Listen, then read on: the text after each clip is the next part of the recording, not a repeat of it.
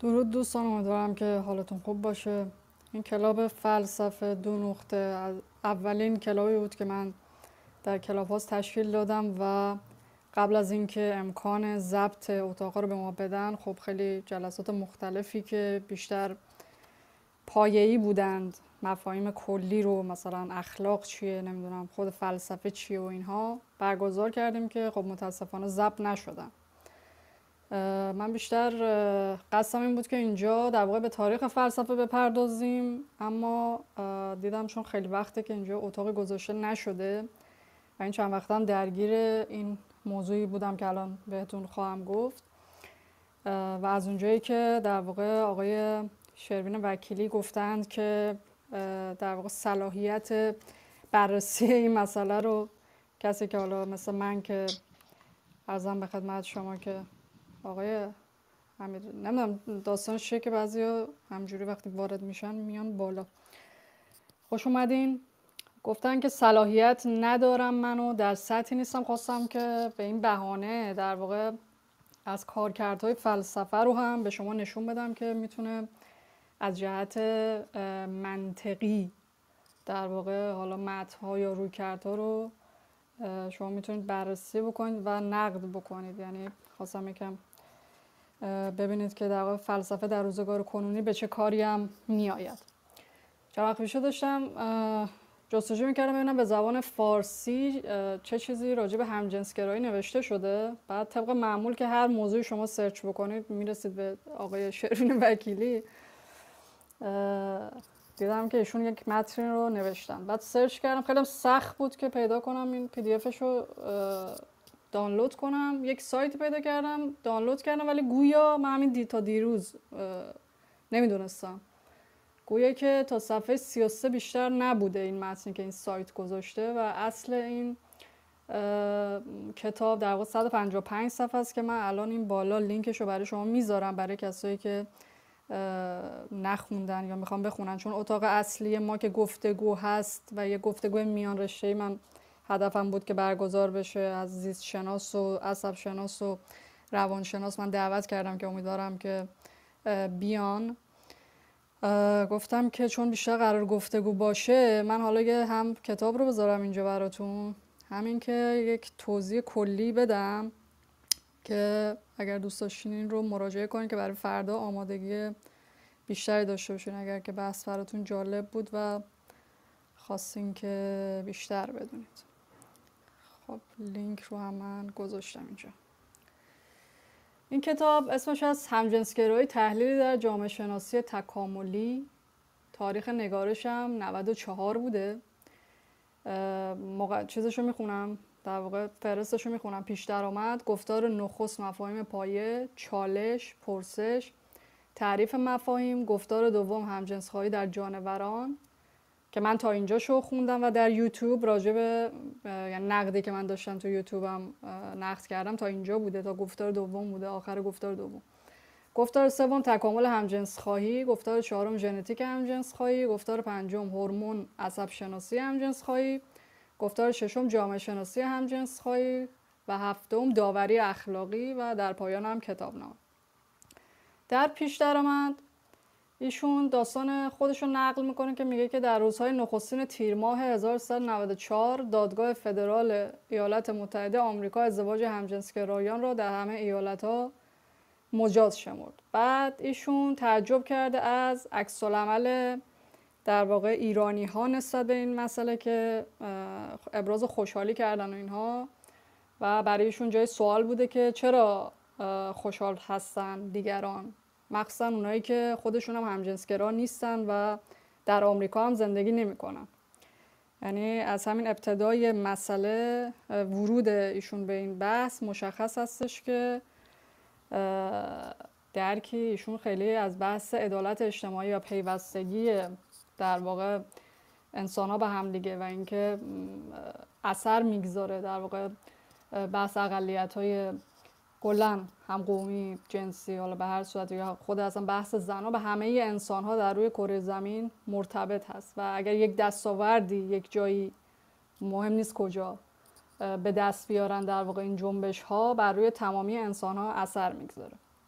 بعد میگه که من اعتراف کردم که خودم دگر جنس خواه هستم و با ازدواج رسمی همجنسگرایانم مخالفم. یعنی اول در واقع این کتاب شروع میشه که من با ازدواج رسمی همجنسگرایان مخالف هستم و تا آخرم شما نمیفهمید که مخالفت از چی ناشی میشه، ولی ایده کلی در واقع این کتاب این هستش که همجنسگرایی بیماری و انحراف است. از منظر تا حالا اینجا اسم تکامل استفاده کرده، ولی تا جایی که من متوجه شدم بهتره که ما از فرگشتم خوب نیست، چون فارسی همون تکامله، بهتره که از کلمه دگرگشت استفاده بشه. برای من از این به بعد به جای تکامل میگم دگرگشت. خب در قسمت چالش میگه که رفتار جنسی هدف تکاملی دارد که هدفش هم تولید مثل باشد.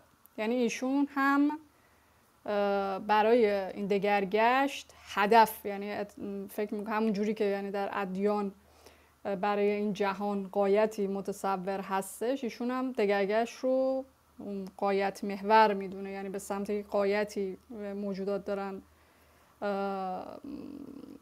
خودشون رو به سمت آینده میبرن. خب یعنی این شباهت در واقع اینو روی کرد. حالا ایشون ساینتیسته و مثلا زیست شناسه و فلان و اینا، ولی از این جنبه با اون جهانبینی مذهبی پیوند داره. خب بعد ولی که میگه با اینکه هدف تکامل تولید مثل بوده، اما این مستقل شده، این رفتار جنسی، و همچون راهنمای مستقل برای دریافت لذت یا تنظیم کننده برای سازماندهی اجتماعی کارکرد یافته. پس اینجا اعتراف میشه که درسته که هدف تولید مثله، اما این مسئله ارتباط جنسی دو هدف دیگه هم توش به وجود اومده، یکی لذته، یکی دیگه هم تنظیم کننده برای سازماندهی اجتماعی. این دو تا نکته مهمیه، برای اینکه بعداً بهتون میگم که چجوری در واقع با این دوتا بازی میشه و شکلای ناسازگاری استفاده میشه. حالا سوال اینه که همجنسگرایی انحراف تو این دگرگشت یا نه؟ بعد همین اول بگم من چون یه بحث چیزیه دیگه، اولا که کلا این بحث جنسیت خیلی بحث متأخریه و اینو باید در نظر داشته باشید. بعدش هم این که همین چند سال، یعنی هنوز که هنوزه، ما بالاخره کشورهایی داریم که جرم میدونن در واقع این روابط رو، یا تو کشور خودمون حالا البته بیشتر روی کاغذه ولی به هر حال مجازات اعدام هست. و عرضم به خدمت شما که ما در مثلا زمان آلمان نازی ها یکی از دسته ها و گروه هایی رو که اینا می بردن به کار اجباری همین همجنسگرایان بودند و این یعنی قابل فهم هستش که چرا در واقع این ایده به وجود اومد که همجنسگرایی ژنتیکه و خیلی به انتخاب و چیز ما، فرهنگ و اجتماع ما مربوط نیست و یه امر ژنتیکه، یه جور سیستم دفاعی بوده که در واقع برخورد نشه با این افراد، ولی که خود اون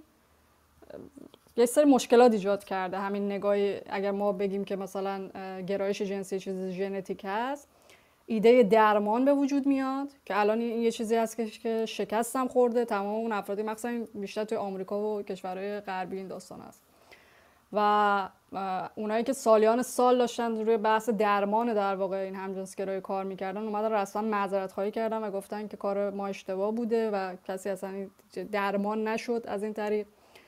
بعد این نگاه یه مشکل دیگه هم که ایجاد میکنه اون مطلق انگاری یا باینری زن و مرد رو تقویت میکنه و اجازه نمیده اون نگاه طیفی بودن به این مسئله جا باز بکنه و سیال بودن. یکی بحث طیفی بودن توی هویت جنسی، چون یه فرقی هم هست بین هویت جنسی و با گرایش جنسی. خب در هویت ما بیشتر با مقوله جنسیت سر و کار داریم. جنسیت هم یه چیز روانی و اجتماعیه، با جنس که همون نر یا ماده و زن با مرد باشه که چیز پایه زیست شناختیش هست متفاوته. بعد و تاکید بیشتر از حد باز بر روی ژنتیک و فروکاستن این مسئله به ژنتیک و زیست شناسی این هستش که امکان میان رشته‌ای شدن، این موضوع یکی از مهمترین موضوعات و عرضم به خدمتتون که میان رشته‌ای ترین موضوعات هست، چون شما از حالا خودش هم اشاره میکنه، حالا میگم چون خیلی لایه‌های سطوح مختلفی رو در بر میگیره وقتی ما میخوایم به یه همچین مسئله بپردازیم. و اینکه ما هم الان نگاهمون کلا به جهان یه جور پیچیدگی داره که در گذشته اینطور نبوده و الان علاوه پارادایم فکری کلا تغییر کردیم. بنابراین تاکید بیش از حد روی بحث ژنتیک و زیست شناسی اجازه نمیده که ما میان رشته‌ای موضوع رو بررسی بکنیم و پیچیدگی رو لحاظ بکنیم. در قسمت پرسش‌های خوبی میپرسه.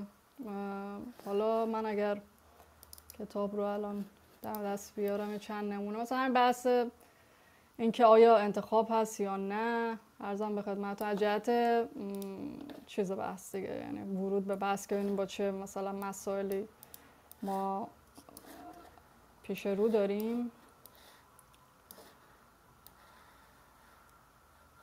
اگر که پیداش بکنم که خوبه.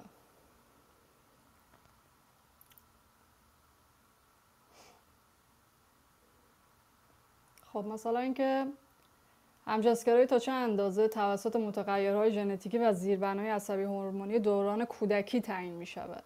این رفتار آیا نوعی اختلال رفتار اجبارآمیز با ریشه زیست شناختیه یا اینکه انتخابی آگاهانه و آزادانه است؟ اصلا همجنسگرایی دقیقاً یعنی چه؟ کدام رفتاره که همجنسخواهانه تلقی میشه؟ این رفتار چه بسامدی در جوامع انسانی داره؟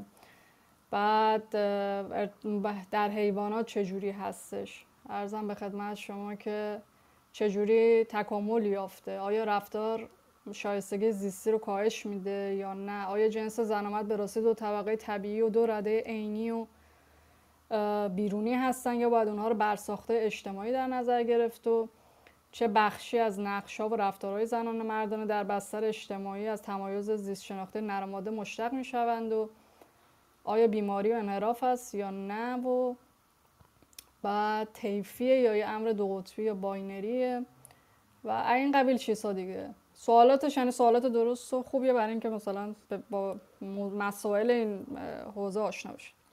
در قسمت تعریف مفاهیم اتفاق عجیبی که میفته اینه که اولا که میگه که همجنس خواهی امری عاطفی و رمانتیک نیست و بیشتر سویه جنسیتی و زیست شناختی رفتارش مورد بحثه. صفحه 14. یعنی هی نوسان میکنه دیگه. مثلا از یه طرف میگه که چند لایه است، مثلا لایه های روانی و نمیدونم چه، آخرش که اصلا با اخلاق و اینا تموم میشه و فمینیسم رو نقد میکنه و نمیدونم بحث سیاست، اصلا اسمش هم جانشناسی تکاملیه. بعد یهو اینجا میگه اصلا امر عاطفی و رمانتیک نیست. خب یعنی اصلا بعد عاطفه رو میذاره کنار، فقط میخواد به رفتارهای جنسی بپردازه. بعد میگه که فارغ از هر نظام ارزشی و اخلاقی باید نگریست، ولی که ایشون خودش اولش میگه من مخالفم با، بدون اینکه هیچ دلیلی بیاره در همون ابتدا میگه من با ازدواج همجنسگرایان مخالفم. یعنی خودش با اصلا ارزش گذاری و اینا شروع کرده. میخوام چیزاشو بهتون نشون بدم، چی میگن در واقع استانداردهای دوگانه رو. بعد میاد یه تمایز میذاره بین همجنسگرایی و همجنس خواهی، در صورتی که این تمایز رو ما حالا تو زبان فارسی به شکل همجنس بازی و همجنس گرایی داریم. یعنی در واقع میاد همجنس گرایی رو مساوی میکنه با همجنس بازی و همجنس خواهی میشه هم همجنس گرایی، که نمیدونم مثلا این چه لزومی داره یک همچین. بعد همشون که ادعای مثلا روشن سازی مفاهیم میکنه، چرا الان اومده بیشتر گلالود کردی داستانو الکی غیر ضروری؟ میگه همجنس گرایش به جنس موافق دارد بیان که لزوما جنس مخالف را از دایره میل و هماغوشی خود طرد کند. خب این که بایوسکشوال ما داریم، دو جنسگرا، یعنی تعریفش هم داریم، کلمش هم داریم، چه لزومی داره که ما بیایم همجنسگرا رو بکنیم بایوسکشوال و همجنس باز؟ من نفهمیدم. بعد میاد میگم یه کلمه درست میکنه همجنسگرایی یا همجنسگرایی جایگزین. یعنی منظورش اینه که اون افرادی که توی موقعیتی هستن که حالا مثلا سربازا یا کسایی که مثلا جنس مخالف در دسترسشون نیست و برای ارضای در واقع اون میل جنسیشون با هم جنس هم ارتباط برقرار میکنن. و بعدش میگه که جنسیت یه پدیداریه در 4 سطح زیستی و روانی و اجتماعی و فرهنگی، که خب این درسته، یعنی تو بحث سیستم‌های پیچیده و اینا، یعنی جامعه رو ما باید انسان رو کلا باید در سطوح مختلفش در نظر بگیریم. خب زیسته که به همون بحث‌های همین عصب شناسی و ژن و اینا که تا کجا میگیم زن مرد، مثلا فیزیک و بحث مغز و اینا هستش، که حالا اگر فردا دوستان اضافه بشن ما اینا رو، چون من با جزئیات که این تخصص من نیست.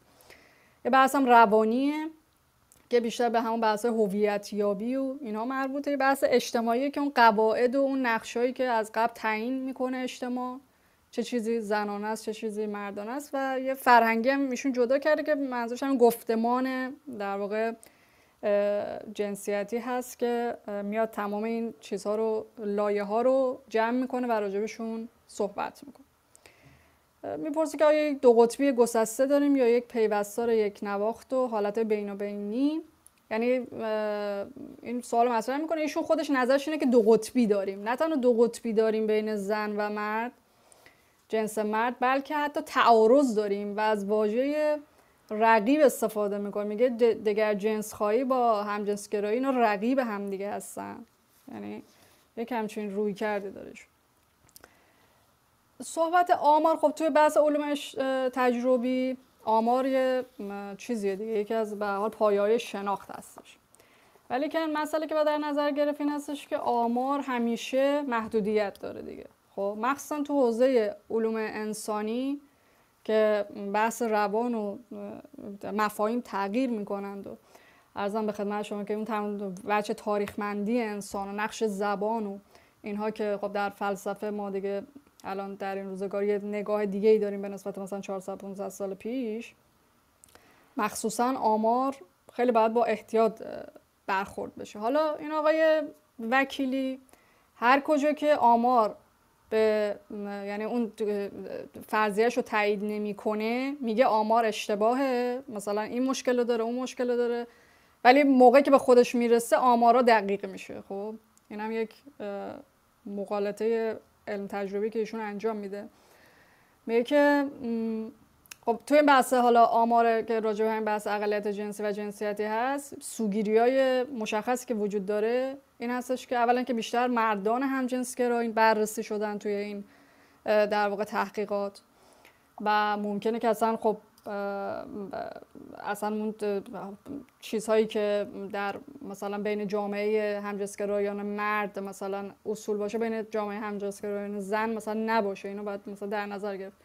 یکی دیگه هم این که بیشتر کشورهای آمریکایی و اروپایی در واقع بررسی شدن و نه تمامی انسان ها. حالا این آمار رو یه ایرادی میگیره اینجا بهش، بعد ولی که خودش میخواد این طیفی بودن رو نقد بکنه. میگه اگه ما دو سر طیف و یکی رو بذاریم دگر جنسگرا یکی رو بذاریم هم جنسگرا، منطقاً باید افراد دو جنسگرا بیشتر از اینی که بودند میبودند. خب حالا راجع به اینم یک خانمی من چند وقت داشتم چیز میکردم به نام لیزا ام دایموند که روانشناس و فمینیست هست. ایشون ادعاش این بود که تعداد دو جنسگراها یا بایسکشوالا خیلی بیشتر از این حرف هست و اینکه میگه تحقیق کرده، حالا میتونید نگاه بکنید کارشو، و اینکه تاکید اینا بر اینه که این مسئله خیلی سیاله، یعنی افراد در طول زندگی خودشون ممکنه یک دوره خودشونو، مثلا شما داری آمار میگیری کسی اون موقع مثلا دگر جنسگرا خودشو معرفی میکنه، ازدواج هم کرده، خیلی نمونه تو اجتماع خیلی زیاد داریم، ازدواج هم کرده بچه دارم شده ولی بعد مثلا همجنسگرا میشه، یعنی خودشو همجنسگرا معرفی میکنه. خب یعنی مشکلاتیه که مثلا تو این بحث بررسی حالا علم تجربی به اصطلاح توی مسائل انسانی ما میبینیم. بعد میگه که اینجوری نقد میکنه این طیفی بودن و میگه که اگر طیفی بود اولا ما باید تعداد بیشتری دو جنسگرا میدیدیم، که خب میگم یه عده اعتقاد دارن که اصلا انسان ها بیشترشون دو جنسگرا هستن، حالا کار نداریم. و اینکه جابجایی بر این طیف باید ممکن میشد که بازم این افراد اعتقاد دارن که این جابجایی هست فقط به دلیل حساسیت موضوع و اینکه یه چیز جدیدی هست و افراد باید خودشناسی بکنن و با این مفاهیم آشنا بشن و تو خودشون بررسی بکنن، مشاهده کنن به اصطلاح، اگر توی جامعه باشن که بتونن اصلا این رو بیان بکنن یا نکنن، اینا همه اینا توی در واقع نتیجه‌گیری‌های ما اثرگذاره. بعد یه مشکل دیگه هم که باز آمار داره، خیلی از این آمارها مثلا مرزی نذاشتن بین میل در واقع ارتباط، اولا که بین عاطفه و رابطه جنسی، یعنی چی میگن اون محبت به یک فرد با لاو، حالا به اصطلاح با اون در واقع چی میگن اون گرایش جنسی فرقی نمیذارن توی این تحقیقات، چون این دوتا بودم خیلی معتقدن جداست. بعد و بین تجربه با میلم فرق نمیذارن خیلی از این تحقیقات. یعنی ممکنه که توی اون سوالاتی که کردن مثلا سوالات یه جوری مطرح شده که خیلی معلوم نیست که اون فرد که حالا مثلا میل داره اگر میل داره مثلا به همجنس خودش، آیا ارتباط مثلا رابطه جنسی هم دارد یا ندارد. حالا با اینم کار نداره. تو این بخش اولی که الان دارم بهتون میگم، یک استدلال کلیش این هستش که چون تعداد کمه، یعنی اون چیزی که توی علاوه دگرگشتی میگه که اون چیزی که تعداد بیشتره طبیعیه، اونی که کمه غیر طبیعیه. اینجوریه استدلالش، ولی بعد میگه که همجنسگرایی بقا رو به خطر میاندازد، در صورتی که باز این یه مشکل منطقی داره. اگر که تعداد کمه چجوری بقا رو به خطر میندازه؟ این باید توضیح داده بشه. اگرچه انحراف و ناهنجار رو جمله رو داشته باشید. اگرچه انحراف و ناهنجاری و غیر طبیعی بودن برای هواداران حقوق همجنسخواهان به تابوهایی بیان ناپذیر تبدیل شده، اما بالاخره باید پذیرفت که اینها کلیدواژه‌های آماری دقیق و روشن هستند. یعنی الان اینجا یهو آماری شد و دقیق و روشن شد. همجنسخواهانی که برای پذیرش اجتماعی بیشتر خویشتن خود را دو جنسخواه قلمداد میکنن. ادعا میکنه که میگه که ممکنه همجنسخواهانی باشن که برای پذیرش اجتماعی خودشون رو دو جنسخواه قلمداد بکنن. پس بالاخره خودت داری میگی که این جابجایی‌ها در طیف داره انجام میشه و پس برعکسش هم ممکنه، یعنی دیگر جنسخواهایی که بعدا خودشون همجنسخواه معرفی بکنن. ولی ایشون ادعاش اینه که نه، این تغییر بیشتر به سمت دیگر جنسخواهی بوده. نمیدونم واقعا رو چه حسابی، این بر چه اساسی هست اینا. این آقای حراری که همین آقای شبین وکیلی نقد که مثلا از اونجا توجهم جلب شده، این آقای شبین وکیلی که نقد بی‌معنایی هم کردن ایشون راجع به همین بحث طبیعی بودن تو همین کتاب جلد دوم تاریخ تصویری انسان خردمند برای این مسئله میپردازه که در واقع این که میگن طبیعی، منظور چیه طبیعی؟ وقتی نه، یعنی بیشتر منظور غیر طبیعی چیه؟ چون هر چی که هست دیگه، تو طبیعت هست دیگه. بعد مثال میزنه میگه که مثلا اگر بخواد بگه که مثلا اولین هدفی که اون چیز ایجاد شد بعد تا آخر همون باشه، خب اینجوری ما میبینیم نیست در دگرگشت. مثلا برای در ابتدا برای گرم نگه داشتن حیوان به وجود اومده، ولی در طول این میلیون ها سال پرنده وقتی با همون پر داره پرواز میکنه، آیا الان ما بگیم غیر طبیعی داره رفتار میکنه؟ یا اگر ما الان با انگشتان دستمون دیگه میوه و نمیدونم ابزار و اینا برنمی‌داریم، مثلا پیانو باش میزنیم، آیا ما داریم غیر طبیعی رفتار میکنیم؟ نه، اینطور نیست. آلت در واقع تناسلی هم به همین ترتیب، یعنی اگر برای تولید مثل در ابتدا به وجود اومده، میشه استفاده‌های دیگه‌ای هم ازش بشه و نمیتونیم بگیم چون استفاده‌های دیگری شده این غیر طبیعیه. بعد میاد مقایسه میکنیم بحث همجنسگرایی با مرض قند و میگه که این دوستانی که چون من کسایی هستن به حال طرفداری داشتن و اینها، میگن که ایشون خودش مثلا رفتارش بد نیست با اقلیت‌های چیز، پر از خشونت به نظر من این، یعنی خشونت پنهان داره این متن. مثلا شما بیاین این مسئله رو با بیماری‌های جسمی مقایسه می‌کنید، در آخرش هم که اصلا تیر خلاص میزنه با ارتباط با حیوانات و اینا تموم میکنه داستانو. بعد میگه که این مثل مرض قند میمونه، همونطور که مثلا شما. بعد هی هم میگه که حالا فکر نکنید که مثلا به این معنا نیست که این غیر ضد اخلاقیه یا مثلا گناه هست و فلان هست و اینا، ولی ماهیت بیمارگونه، حاشیه‌ای و اختلالگونه داره رفتار همجنسگرایی. در بخش همجنسخواری در جانوران، خب من تا اینجاشو توی یوتیوب چیز کرده بودم، گفته بودم. از اینجا به بعدشو دیشب خوندم.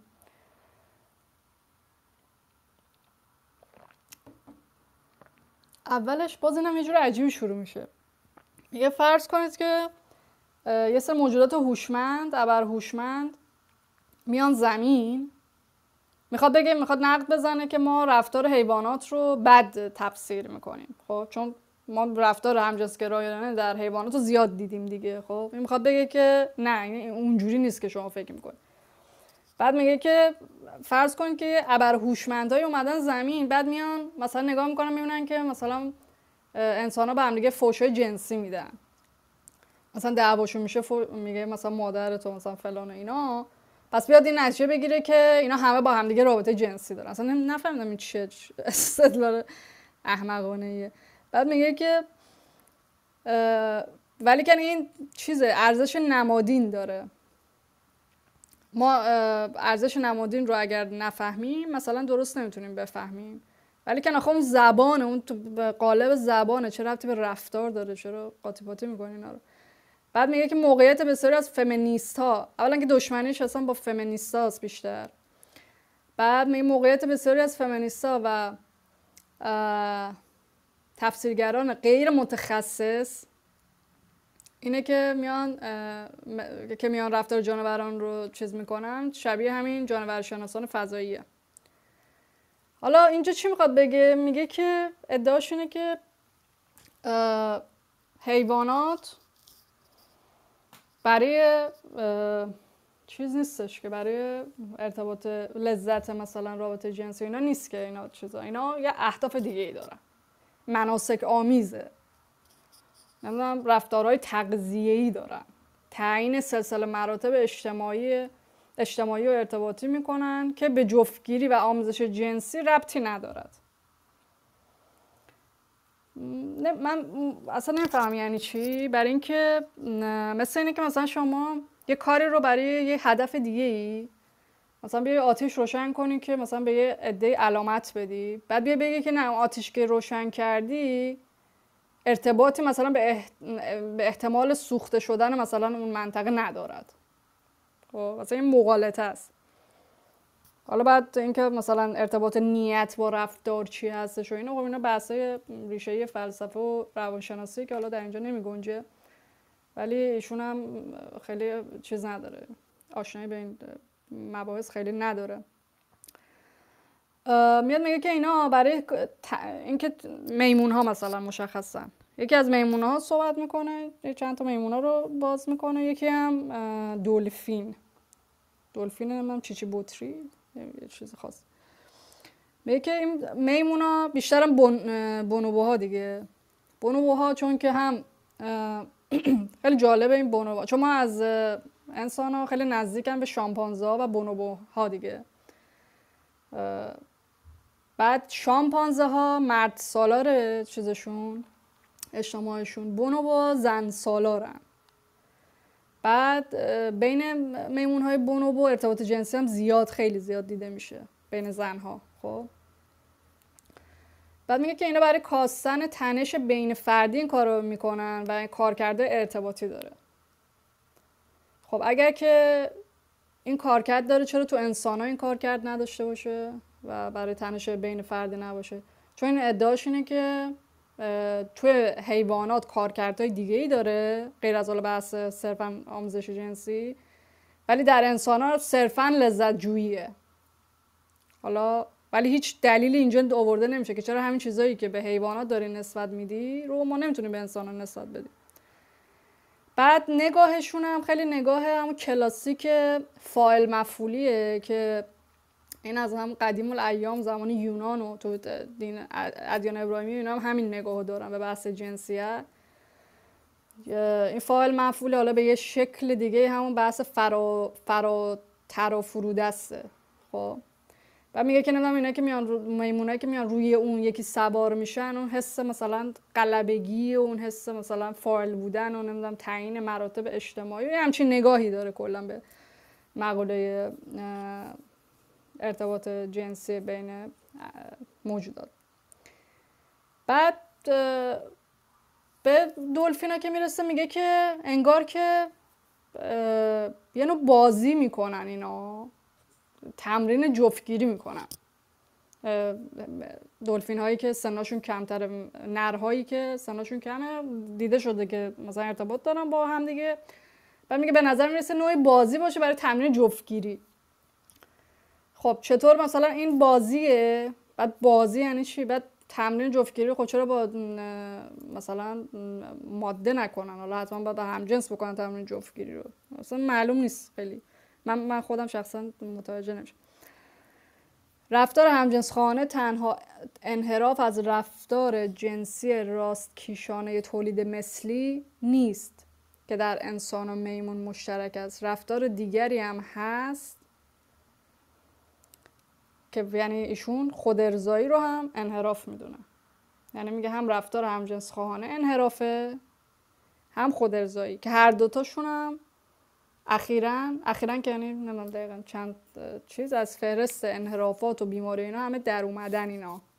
یعنی کل جامعه علمی روزگار امروز این دوتا رو بیماری نه انحراف میدونن نه بیماری. خب بعد عرضم به خدمت شما که همین دیگه، بونوها اینا رو میگه که اینا برای روابط اجتماعی این کارا رو میکنن و اینکه خشونت نرها رو مهار بکنند. و بعد خب اینا اصلا هیچ کدوم دلیل نمیشه، چون مگه مثلا در گونه‌های دیگه زن و مرد داریم دیگه، چرا گونه‌های دیگه برای مثلا مهار مثلا نرها مثلا زنهاشون با هم دیگه ارتباط نداشته؟ این هیچ کدوم اصلا دلیل نیست، یه همجوری حرفی میزنی زده باش. بعد میگه که دیده شده که مثلا موقعی که میخوان غذا بخورن قبلش مثلا رابطه جنسی داشتن این بونوها، این به شکل نمادین میخوان دوستانه بودن خودشون رو برای مثلا تقسیم منابع غذایی مثلا نشون بدن. خب چه اصلا ضرورتی داره؟ حالا دوستانه بودن رو باید با رابطه جنسی نشون بدن حتما. نمیفهمم من چی میگه. بعد با اینکه خودش هی داره میگه مثلا روابط دوستانه و نمیدونم چی و اینا کارکرداییه که بالاخره این رابطه جنسی میتونه داشته باشه، در قسمت بعدی میگه که پشتیبانی نشده علاوه علمی. میگه مثل تحقیقات همه رو تحقیقاتی که شده است و حالا گفته دیگه، من اینجا نمیگم. میگه انسان جامعه اجتماعی و بالا رفتن مهر و محبت اعضا علاوه علمی پشتیبانی نشده است. خب ولی قبلش که داشته میگفته کارکرده دیگه داشته. حالا اگر رفتار همجنسگرایانه به لذت‌جویی جنسی ارتباط می‌داشت، انتظار می‌داشتیم در میان دلفین‌های ماده نابالغ یا بونوبوهای نر بالغ هم دیده شود.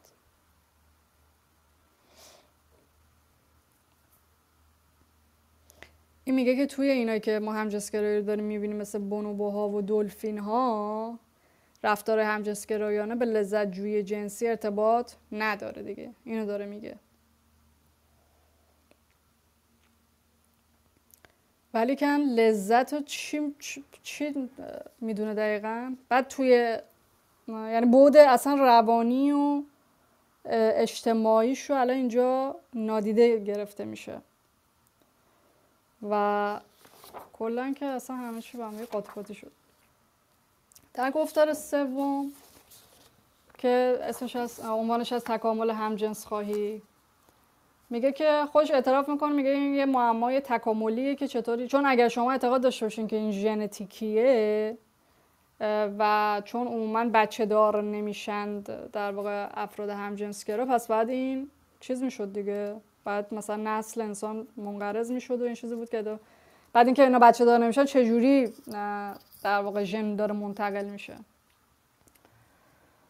اگر همجنسخواهی رفتاری وابسته به برنامه ژنتیکی ساده بود، انتظار میرفت جمعیت انسان رو منقرض کنه و بیماری محسوب بشود. خودش هم داره میگه که میگم ضد و نقیضه دیگه. من اگه طرف داره میگه بیماریه، بعد میگه اگر که جمعیت انسان ها رو منقرض میکرد بیماری محسوب میشد. بعد میگه که علاوه روانی هم بیماری نیست یا DSM نیست. خودش داره میگه که برداشته شده این بحث اختلال روانی، ولی در سطح زیستی میگه بیماریه. حالا تعریفش از بیماری چیه؟ هر ویژگی اختلال یا صفتی که بخت بقای فرد یا ژنوم رو کاهش داد. خب فکر کنم مشکل اصلی دقیقا همینجا باشه، برای اینکه در دگرگشت ما بقای گونه اصله، نه بقای فرد. یعنی اگر که رفتار اون فرد به بقای گونه چیز نکنه باقی میمونه. یعنی اصلا نکتهش همینه. در ادامه هم حالا میگیم که اصلا چی شد که باقی مونده، دقیقا به همین دلیل، چون که برای گونه خوب بوده این رفتار. بعد میگه که احتمال اعتیاد، مثلا تحقیقات شده که احتمال به اعتیاد و انزوای اجتماعی، مشکلات تحصیلی و خودکشی و اینا در همجنسگرایی هم بیشتره، که حالا جدا از این که حالا میگم تحقیقات کلا خیلی ملاک نمیتواند باشه، ولی کن بعد خودش هم میگه که اینا شاید احتمالاً به فشارهای اجتماعی بیشتر مربوطه تا اینکه حالا اونا مستعد در واقع بیماری‌های روانی و اینا باشن. بعد یه جملاتی هم هست که میگم، یه جملات مثلا این حالت در واقع نوعی اختلال رفتاری است که به بروز یک اختلال ژنتیک هورمونی میماند. یعنی اول داره میگی که من نفهمیدم دوستان، حالا بعداً اگر بیان به من توضیح بده. اولش داره میگه این اختلال روانی نیست، بعد میگه ولی بیماری در سطح زیستی هست، بعد اینجا میاد میگه که یک نوع اختلال رفتاریه که به اختلال ژنتیکی میانجامه. یعنی تناقض داره. بعد یه سری چیزا رو، نظریه‌ای که وجود داره رو راجع به همین که چرا همجنسگرایی مونده در واقع در گونه ها چیز میکنه. میگه بعضی مثلا معتقدن چون یه چیز تصادفی بوده و اینها، تصادفی بوده، حالا یه جمعیت کمی بودن اینجوری موندن. یه عده معتقدن که اون در واقع موجوداتی که بخت باربری کمتری داشتند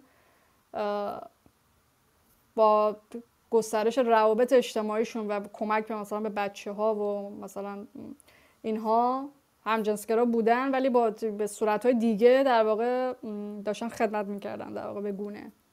خب اگر که ما اینجوری نگاه بکنیم که خود این آقای وکیلی هم بیشتر متمایل به همین بحث این نوع نگاه هست که خب پس اینم بیماری نیست دیگه، چون بیماری شما گفتید چیزی که بقا رو به خطر بندازه، پس این بقا رو به خطر نمیندازه، چه بسا مفیدم هست. خب بعد یهو مثلا این همه داره میگه نمیدونم بیماری و فلان و بعد یهو میگه که هوش بهر، نمیدونم هوش برم نمیدونم چیز ترجمه چیه، ایشون هم خیلی علاقه داره از واژه‌های غریب فاز ایران شهری استفاده کنه. حالا ما همون هوش میگیریم. هوش همجنس خواهان از دیگران میگه کمی بالاتر است. تحقیقات نشون داده چون مهارت‌های ارتباطیشون هم بیشتره.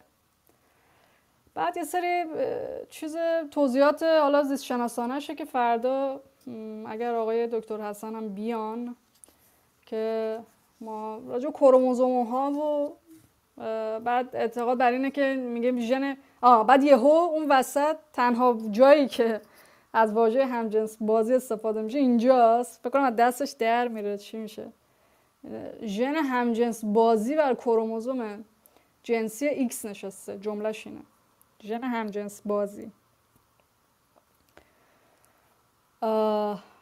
میگن بر کروموزوم ایکس میشینه و بعد اونایی که در واقع تو خانواده همجنسگرا دارند مثلا اینکه فرزندان بیشتری رو ماده ها تولید میکنن، اینا یه چیزایی که دیگه حالا نمیدونم تحقیقات شده دیگه. میگه ولی یه جور سودمندی تکاملی انگار توش هست. بعد همین حرفا که میزنه باز آخرش اینجوری میکنه همجنسخواهی در انسان امری یکسره جنسی و فروبسته در کامجویی جنسی است. خب اصلا رو چه حسابی حکم یهو همچین حکمی مثلا آخرش صادر میکنه؟ بعد میگه در حالت بیمارگونه‌اش هم در نهایت به تعادلی با فشار انتخاب طبیعی دست می‌یابد. خب پس چی شد؟ حالتش بیمارگونه شد ولی در نهایت با تعادلی با فشار انتخاب طبیعی دست می‌یابد. بالاخره بیماری هست یا نیست آقا جون؟ تکلیف ما رو مشخص. گفتار چهارم ژنتیک همجنس خواهی است اسمش. بازم یه سری حالا تحقیقات که شده و راجع به همین ژنتیک و من حالا این جزئیاتشو دیگه نمیگم، یه سری واژه‌های چیزی داره که خیلی لزومی هم نداره به نظرم اینا رو عموم مردم بخوان در جریان قرار بگیرن. میگه که ولی که نشون داده شده که این یه چیزی حالا توی این کروموزوم ایکس میشینه روی این، نمیدونم با چی و بهمان و فلان اینا. بعد میگه که بین تحقیق که کردن بین برادران همجنس‌خواه شباهت چشمگیری در ساخت ژنتیکیشون به چشم خورده، یعنی شبیه بوده این قسمت. بعد میگه ولی در برادران دیگر جنس‌خواه تفاوت داشته این دو قسمت. در میان خواهران همجنس‌خواه دیده نمیشود اصلا ارتباطی. خب بعد از همینجا یه بدفازی شروع میکنه با لزبیانا و همجنسگرایان زن. خب یه جوری اینا رو هی میاد میگه که مثلا همجنسگرایان مرد و دیگر جنس خواهان مرد و زن شبیهن به هم دیگه، علاوه ژنتیک همجنسگرایان زن نیستن. یه چند جو این مسئله رو مطرح میکنه، شبیه به اونای دیگه نیستن. خب بعد ولی که خب میگه به شکل جبری هم این صفت خیلی راجع به ژن و اینا صحبت میکنه، بعد یا میگه به شکل جبری این صفت رو تعیین نمیکنه یا بعداً رد شده مثلا این چیز و اینا، حالا کار نداره. یا مثلا جمله رو داشته باشه جهشی که اطلاعات ژنتیکی این کروموزوم در مردان بروز میکنه، جهشی که این اطلاعات ژنتیکی توی این جهشی که خرابم از جملهش، جهشی که اطلاعات ژنتیکی این کروموزوم در مردان بروز میکند خطرناک است. از این روز که مردان صفت مربوط به همجنسخواهی را با شدت و شکل افراطی تری نمایان میسازند. خطرناک است. الان شد مثلا خب حالا مثلا بگیم این داره نشون میده که مثلا ممکنه که حالا مثلا ما بتونیم ببینیم که مثلا چه عواملی علاوه زیست شناختی مثلا تو این بحث موثره دیگه. خطرناک است چیه اینجا؟ چیش خطرناک شد؟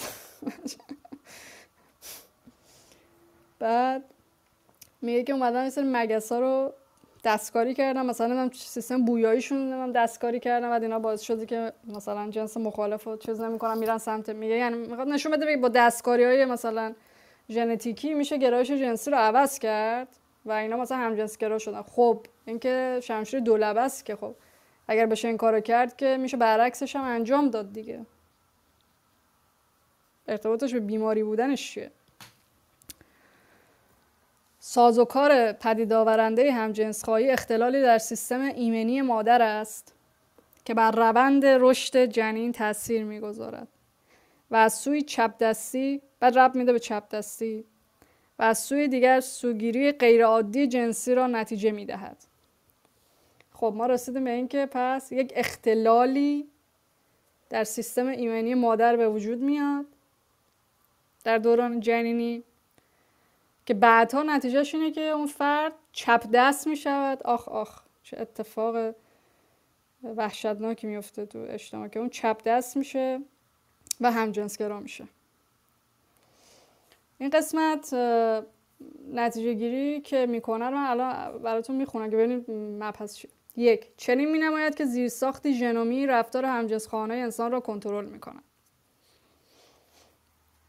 2. این زیرساخت با کروموزوم X پیوند دارد و به ژن‌های مربوط می‌شود که فعالیت غدد درون‌ریز را در دوران جنینی کنترل می‌کنند و تأثیر هورمون‌های جنسی بر مغز را در دوران جنینی رقم می‌زنند.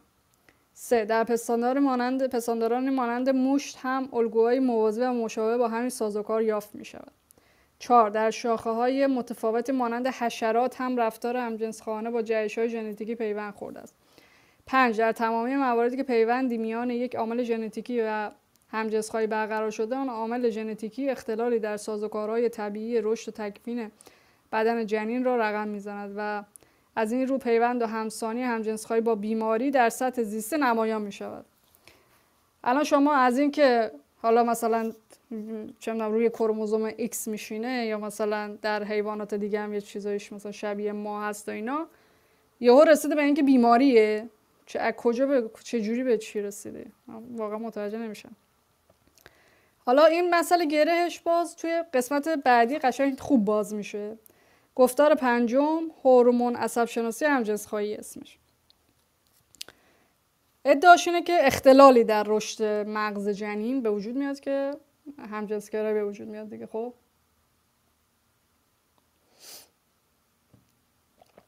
ولی که میگه که ما نباید بحث نر و ماده رو فقط به سطح اندامهای تناسلی اونجا بررسی بکنیم، مغز هم مهمه که درست هم هست. به درست میگه سیمکشی درون مغز تعیین میکنه چی و جنسیت رو. یعنی ما وقتی راجع به مثلا آلت تناسلی و رحم و تخمدان و بیضه و فلان و اینا داریم صحبت میکنیم، داریم راجع به جنس صحبت میکنیم. اون اتفاقی که تو مغز میفته، گرچه خب حالا باز این داره سعی میکنه که از همون منظر هورمون و ژن و اینجور چیزا توضیح بده، ولی خروجیش در واقع جنسیته. یعنی اون برداشت از، عرضم به خدمتتون که زن و مرد بودنه. میگه که میاد اینجا یه چیز آندروژنه، نمیدونم چیه که حالا فردا اینا رو اگر میگم آقا چیز بیاد میپرسیم. راجب آندروژن ها صحبت میکنه. بعد میگه که در واقع اینا زیربنای هویت جنسی هستن و نرینه شدن اندام های تناسلی و مغز رو میگه، خودش میگه که دو تا جریان مستقل و جدا از هم هستند. پس بنابراین هم ریشه در واقع این فرق بین جنس و جنسیت و فرق بین هویت هویت جنسی با گرایش جنسی رو میبینید که در همون بدو پیدایش انسان که یکی داره اندامهای تناسلی و اینا داره شکل میگیره، یکی هم مغز داره، در واقع مغز هم داره زن و مرد میشه. خب بعد میگه که ممکنه تو هر کدوم از اینا اختلالی رخ بده. حالا ایشون واژه اختلال و بیماری و اینا استفاده میکنه، ولی کم برای هر انسانی ممکنه که در واقع این روند به شکل مخصوص خودش طی بشه. حالا این میگه که مثلا بررسی شده که اگه مادر مثلا استرس داشته باشه، احتمال اینکه بچهش هم جنسگرا بشه بیشتره. نمیدونم، ولی در آخر هم میگه که حالا مثلا این آزمایش‌ها روی موش و هنوز خیلی چیز نیست که مثلا اون چه به موش مثلا نسبت میدیم به انسان، چون در انسان خیلی پیچیدگی بالاتر بسیار بیشتره و کلا هم مثلا این چیز مثل جذابیت جنسی مقوله پیچیده‌ای هستش. حالا خودش هم میگه اینا. در گفتار ششم که جامعه شناسی همجنسخواهی باشه، اولش یه مثالای، خب اینجا باز ایرادی که داره میگم فرقی خیلی نمیذاره بین همجنس بازی. من از این واژه استفاده میکنم برای اینکه چیز دیگه مناسبتر خیلی پیدا نمیکنم. ببینید همجنس بازی کجاست؟ جاییه که شما فقط ارضای میل جنسیت رو مد نظر قرار میدی، دیگه توش عاطفه و تعهد و اینا اصلا وجود نداره. خب یعنی فرقی ما اینجوری بذاریم. بعد این شروع میکنه که میگه که در تاریخ ما خیلی داشتیم و این قاطی میکنه دیگه. این کلا همه رو میبره زیر مجموعه همجنس خواهی، با اینکه اولش چیز کرده بود، سعی کرده بود قاطی بکنه این همجنس گرایی و همجنس بازی، ولی حالا اینجا همه رو باز دوباره قاطی میکنه. میگه که نمیدونم مردایی که بیشتر بچه دار شدن اینا ژنشون خب بیشتر مونده و مثال میزنن از چنگیز خان و اینها. بعد این بحث کلن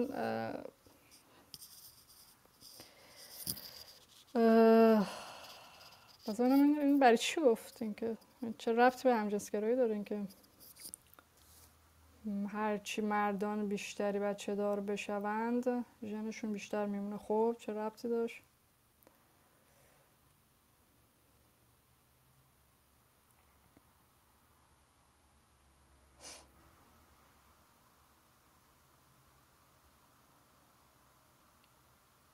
ندارم، ولی چند صفحه اولش راجعه که یادم میاد همش راجع به این موضوع بود. حالا کار نداریم. میگه که با وجود آن که همجنسگرایان فرد همجنس خود را برای هماغوشی انتخاب میکنند، ولی زیربنای تشخیص جذابیت جنسیشون همانند دیگر جنس خواهان سازمان یافته. نمیدونم اینم رو چه حسابی این حرف رو میزنه. بعد میگه لزبیانا به ظاهرشون توجه نمیکنن. نمیدونم تحقیقات شده که لزبیانا ظاهر براشون اهمیت نداره، نه ظاهر طرف مقابل براشون اهمیت داره، نه ظاهر خودشون. نمیدونم اینو چیه واقعا، از کجا میاد اینا این احکام. زنان همجنسگرا به خاطر غیر جذاب پنداشتن خویش توقع جذابیت از طرف مقابل ندارن. مثلا این حکمی هستش که ایشون صادر کرد. بعد اینجا میاد میگه که شرایط اجتماعی ممکنه که افراد همجنسگرا بکنه. یعنی خودش حرفای کلا قبلی خودش رو داره نقض میکنه که الان پس داره میگه شرایط اجتماعی داره اثر میذاره که. بعد میگه تو یونان سیستم سیاسی ترویج میکرده، در صورتی که گفتیم اون موقع اصلا یه سازوکار دیگه ای داشته داستان و معمولا اینجوری بوده که مردان مسن توی سمت خودمون هم داریم دیگه، شاهد بازی میگن چی میگن، مردای مسن با نوجوانان پسرای که حالا ریش و ایناشون هم در نیومده بیشتر توی همون قالب فاعل مفعولی بوده داستان و ارتباط داشتن. و تو این چیزی که این داره میگه اصلا همجنسگرایان زن نیستن تو این معادله و تو این تحقیقات و اینا اصلا این موضوع مطرح نیست. بعد میگم فرقی نمیذاره بین این دوتا چیز. بعد میگه که این فمینیستا بعد یا گیر میده به فمینیستا، یعنی قشنگ مشخصه شمشیر از رو است. بعد میگه که این فمینیستا نمیدونم فوکو و فلان و اینا نمیدونم چپگرایان نمیدونم چی هستن و میخوام بگن مثلا خیلی سرکوب شده همجنسگرایی و در صورت که سرکوبی وجود نداشته، اقلیت‌های قومی خیلی بیشتر سرکوب شدند و نه مثلا این نسبت‌های گفتمان امروزه فمینیست‌ها و فعالین حقوق دگرباشان جنسی منطقی و مستدل و منسجم نیست و یک فریب سیاسی است.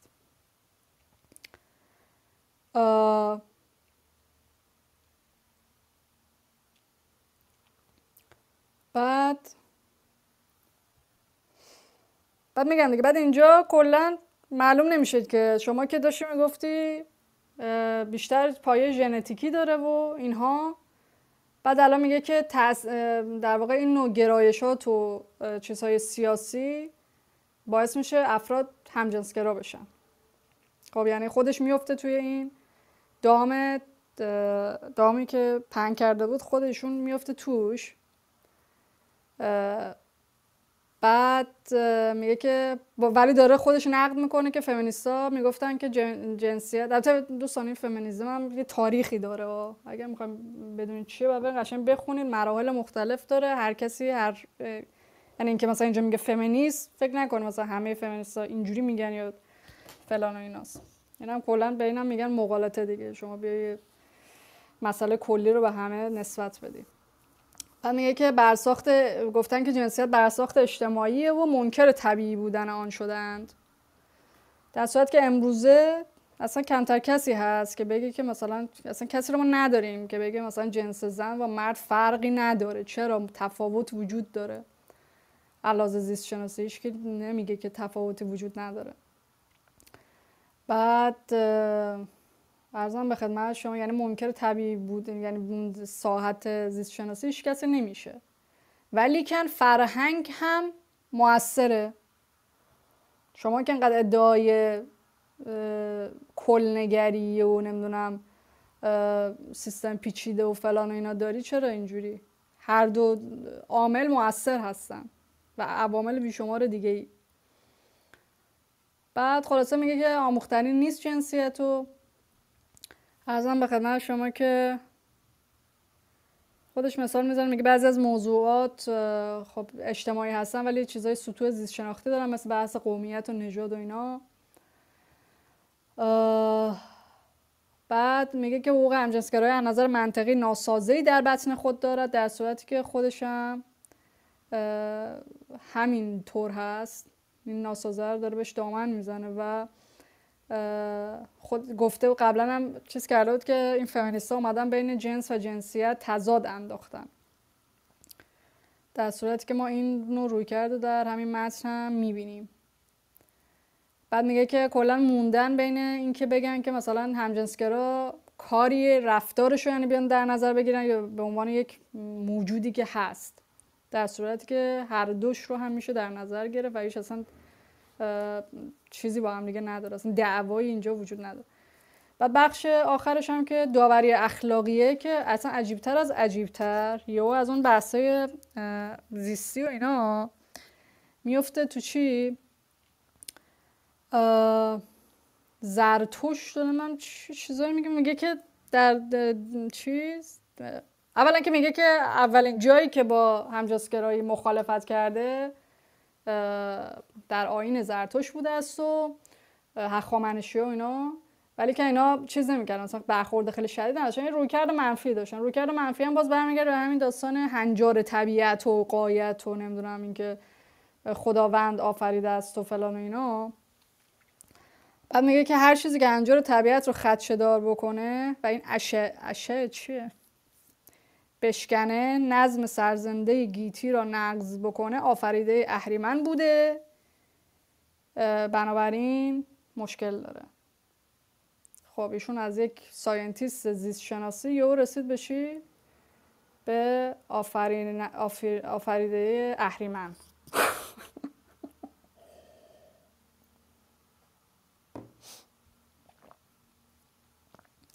آنچه عمومی نیست. آره دیگه کلا هم استدلال این آقا مثل میگم مذهبی های دیگه، حالا فرق نداره ادیان ابراهیمی باشه، زرتشتی باشه، شیعه باشه، اینایی که مطلق انگار هستن و ذات باور هستن، این جهان آفریده شده، یک هدفی داره، همه دارن میرن به یه سمتی، هر کی جدا از این باشه مشکل داره، بیماره، انحراف حساب میشه فلان، همش یه ریشه داره. و اینکه خواهی نشوی رسوا همرنگ جماعت شو، فلسفه‌شون اینه. و همون غایت باوری که اون نتیجه‌ای که اگر تعیین شده اون نباشه پس اون چیز باید حذف بشه و از بین بره.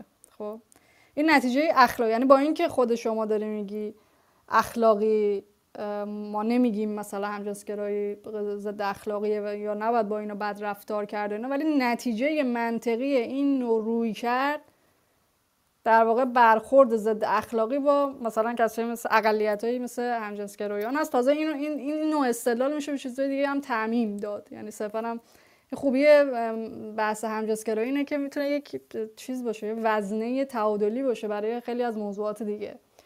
یعنی اگر شما کلا دغدغه بحث عدالت اجتماعی رو داشته باشید، این داستان جنسیت و اقلیت جنسی خیلی جای خوبی هست برای اینکه حساب کار دستتون بیاد. خلاصه که اینجا من خیلی این بخش رو اصلا چون خیلی دیگه به نظرم دریوری اومد، عذرخواهی میکنم، خیلی با دقت اینجا رو نخوندم، ولی آخرش هم میاد میگه که چرا انحرافه، باز دوباره تاکید میکنه پس انحراف است.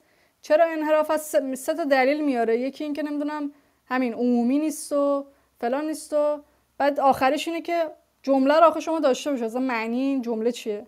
رفتاری خلاقانه که مسیری متمایز با مسیرهای هنجارین طبیعی را بپیماید، اما نتایج و کارکردهای نهایی آن را برآورده کند.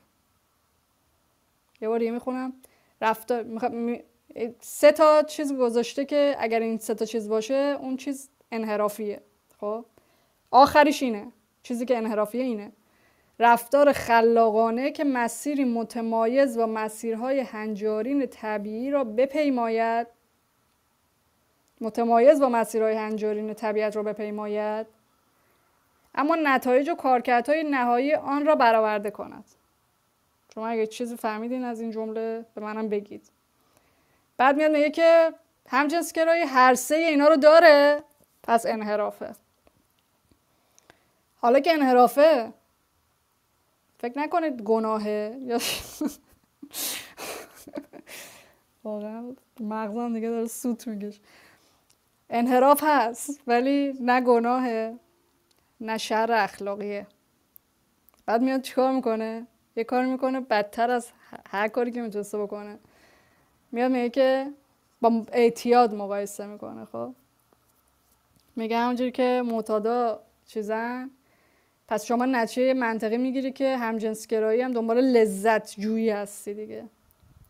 صرفا همجنسگراها دنبال لذت جویی هستن. خب بعد میاد مقایسه میکنه با میگم حیوانات، ارتباط جنسی با حیوانات، که خیلی کار زشت و ضد اخلاقی اینجا کردی، که در واقع بحث همجنسگرایی رو با ارتباط جنسی با حیوانات یکی کردی.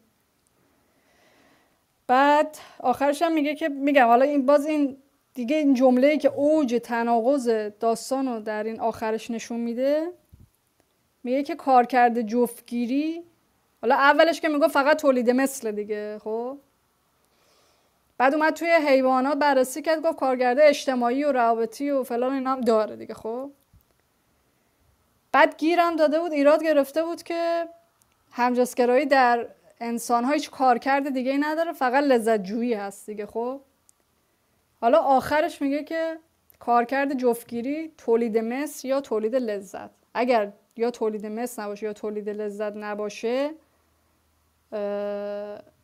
کار اشتباهیه. یعنی باز لذت هم میاره توی طبیعی بودن آخرش. یعنی همه رو با هم دیگه قاطی کرد، هر جایی که یه چیزی به دردش خورد استفاده کرد، هر جایی که با اون نمیخورد زد رفت. عرضم به خدمت شما که بعد یه چارچوب بی‌معنایی برای اخلاق ارائه میده. حالا ایشون به من گفت در سطحی نیستی که صحبت بکنی، من که ادعایی تو زمینه زیست شناسی و فلان نداشتم، ولی شما هم در زمینه اخلاقی واقعا در سطحی نیستی که اصلا بخوای نظریه بدی. بعد میگه که اخلاقو در 4 سطح قدرت و لذت و معنا و بقا باید دنبال کرد. استدلال اخلاقش اینجوری بود که میخواست بگه که این همجنسگرایی ضد اخلاقی نیست. اولا این چیه اصلا؟ قدرت و لذت و معنا و بقا چیه؟ از کجا در آوردی؟ بعد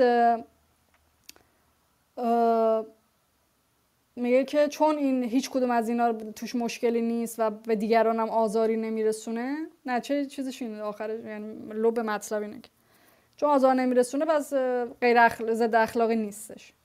ولی که همونطور که گفتم این روی کرد تبعات اخلاقی دارد. و خوب که همین حرفا زده، میگه رسیدیم به نقطه‌ای که همون نقطه‌ای که فمینیست‌ها و فعالین حقوق اقلیت‌ها میخوان به این نتیجه برسن. خب خسته نباشی، این همه لقمه رو گرفتی پیچوندی که آخر سر خودت هم رسیدی به این که نباید رفتار ضد اخلاقی با در واقع این افراد داشت. بعد این که میگه که اینم آخرین نکته که میگه که با همجنسگرایان چیز نمیشه، رفتار بدی نشده که حالا شما چرا شلوغش میکنید و دارید مثلا سوء استفاده میکنید. دوست عزیز، اقلیت های جنسی و جنسی اولا که الان چند ساله، میگم همین تا 40 سال پیش تو آمریکا پدر همجنسگرایان رو در آوردن تو همون آمریکاش که الان در واقع پشیمون شدن از اون کار، دارن جلو را میرن تو این بحث. همین 40 سال پیش 30 سال پیش همین بیماری، مثلا بیماری نبودنش در چین سال 2001 خارج شده که بگن که بیماری نیست. خیلی بحث اولا که خیلی چیزه. بعدش هم که حقوق این هستش که شما توهین نشنوی از کسی. عرضم به خدمتتون که دوستانتو از دست ندی اگر که اونا متوجه شدن که مثلا تو گرایش جنسی یه چیز دیگه هست یا هویت جنسی، به خاطر هویت جنسی روابط اجتماعی تو از دست ندی. ازدواج بتونی بکنی اگر دوست داری که ازدواج بکنی، اگر دوست داری که بچه داشته باشی بتونی این کارا رو انجام بدی، کار بتونی پیدا بکنی. ما الان توی سیستمی هستیم که نصف جمعیتش که زنان باشن علاوه کاری و دستمزد تو پیشرفته ترین کشوراش هم تبعیض جنسیتی وجود داره. بعد دیگه شما بیا نگاه کن به زیر مجموعه این که به اقلیت جنسی باشه. وقتی شما کار نداشته باشی، وقتی طرد بشی از اجتماع، وقتی در واقع نتونی کار خودتو پیش ببری، دچار فقر میشی. وقتی فقر داشته باشی مشکل بهداشتی پیدا میکنی، مشکل آموزشی پیدا میکنی، از لحاظ بهداشت و آموزش. تو حوزه همجنسگرایی مردان خب مسئله ایدز حالا بماند که من نظرم این هستش که ایدز هم یه چیز بیماری، من خودم شخصا فکر میکنم که حتی فقط من نیستم هستن و مدارکی هم موجوده که در واقع ایدز رو گسترش دادن با هدف کنترل و از بین بردن همجنسگراها و سیاه‌پوستان آمریکایی. حالا کار نداریم، ساختن و چیز دادن، ولی که حالا در روزگار کنونی همین نداشتن آگاهی که چجوری میتونن کنترل بکنن و در کشورهایی که تابو هست و جرم هست، چی میگن، داغ ننگ میزنن به این افراد، اینا مجبور میشن روابط ناپایدار و تعداد بیشتری داشته باشن مخفیانه و این سبب چیزی مثل ایدز میشه. اگه دلایلی که الان با ایدز نمیشه مبارزه کرد همین همجنسگرا ستیزی هست که اینا مجبور میشن روابط زیادی داشته باشن و پنهانی و این بیشتر منتقل میشه و خود این ترس از حالا قضاوت دیگران در بهترین حالتش قضاوت و دوستی و فلان ایناست، ولی مثلا توی کشورهای مثل کشور ما که علاوه قانونی هم مشخص نیست اصلا چی به چی هستش و اینها، اون فشار روانی که میاد، ترسی که اینها دارن، خود این هم در واقع حتی رو همون جسم و سیستم ایمنی و فلان اینا هم اثر میگذاره. بنابراین متوجه باشید که چی میگید و تبعات صحبتی که میکنید چی هستش. خیلی ممنون از همه دوستانی که امروز گوش دادن و بعداً گوش میدن و اتاق فردا هم ساعت 8:30 به وقت ایران 8:30 شب هست در حکمت، کلاب حکمت میان رشته، چون این موضوع واقعا یه موضوع میان رشته هست و منم چون خیلی حرف داشتم بزنم گفتم که اینو توی اتاق دیگه قبلش زده باشم که اونجا بیشتر بتونم صحبت‌های دوستان رو گوش بدم و بتونم مدیریت اتاق رو به عهده بگیرم. شب و روزتون بخیر باشه و تا دیدار بعدی بدرود.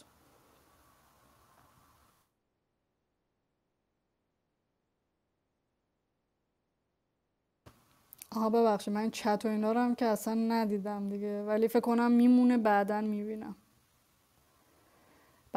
اگر سوالی چیزی بوده یا صحبتی بوده خصوصی بهتون پاسخ میدم.